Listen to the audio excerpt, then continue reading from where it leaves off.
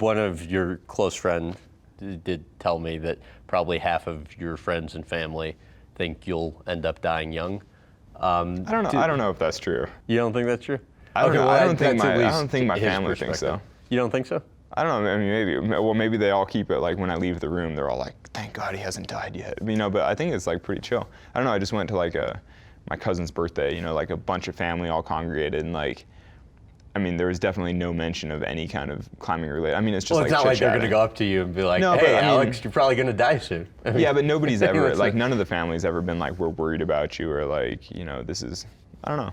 But I mean, I think they're blissfully unaware. or they are just obviously they worried, don't wanna but bring have it up. come to understand you're doing what you love, and Yeah, maybe. that's just, you know, they can't worry about whether or not something's going to go I honestly wrong. don't know if my friends are like that. I mean, a lot of my close climbing friends like have talked to me about.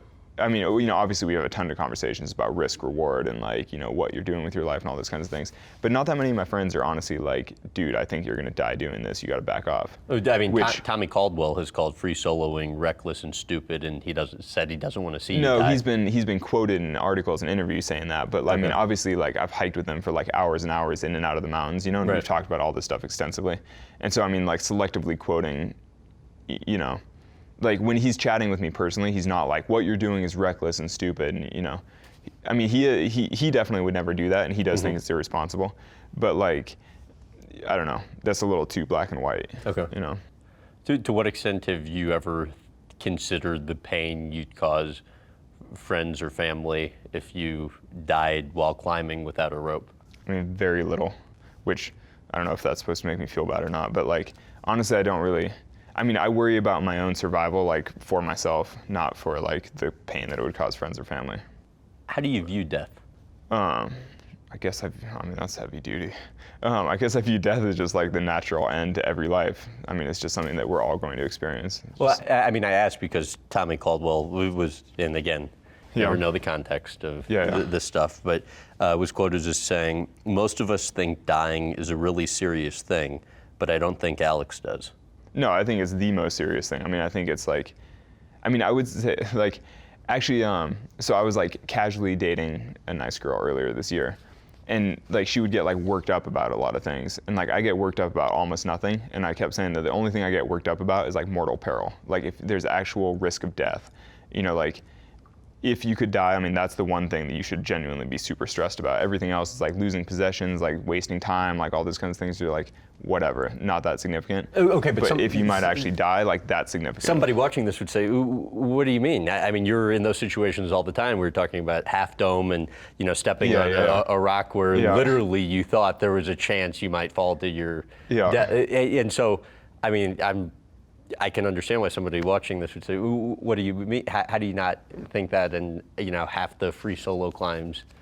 Yeah, but so do. I think because of the stuff that I'm doing, because of the soloing, because of the climbing, I think that has given me this relationship with death. You know, like it's put everything in perspective where it's like death is the only thing that's like truly significant. Or maybe, I don't know, that sounds a little morbid. That's maybe not correct, because I'm sure like at some point if I have a family or something, then, you know, I'll probably think that like my family is like as significant as, you know, but. How many top free soloists have there been over the past 50 years? And of those, how many have died? My free favorite soloing? statistic is that no free soloist has ever died pushing the limits of soloing. Like no elite climber has ever died pushing soloing. Yeah, but at least my understanding of it is oftentimes the free soloists die doing the free solo climbs that aren't pushing the limit. A couple soloists have died on easy terrain. Well, 2 soloists have died on easy terrain. And then a handful of people who were known as soloists died in like peripheral activities, like, you know, adventuring in the mountains or being swept out to sea. One of them was just like taken by a rogue wave. But so people always quote like, you know, these 5 cutting edge soloists have all died. And you're like, yeah, but most of them died in like freak accidents, you know?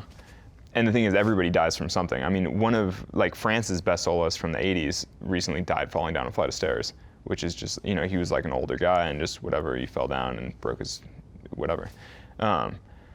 Yeah, I mean, I just don't think it's fair to be like, elite soloist died falling. You know, you're like, yeah, come on, he's like a 55-year-old man on a staircase or whatever. It's crazy. For more clips from this interview, visit GrahamBensinger.com.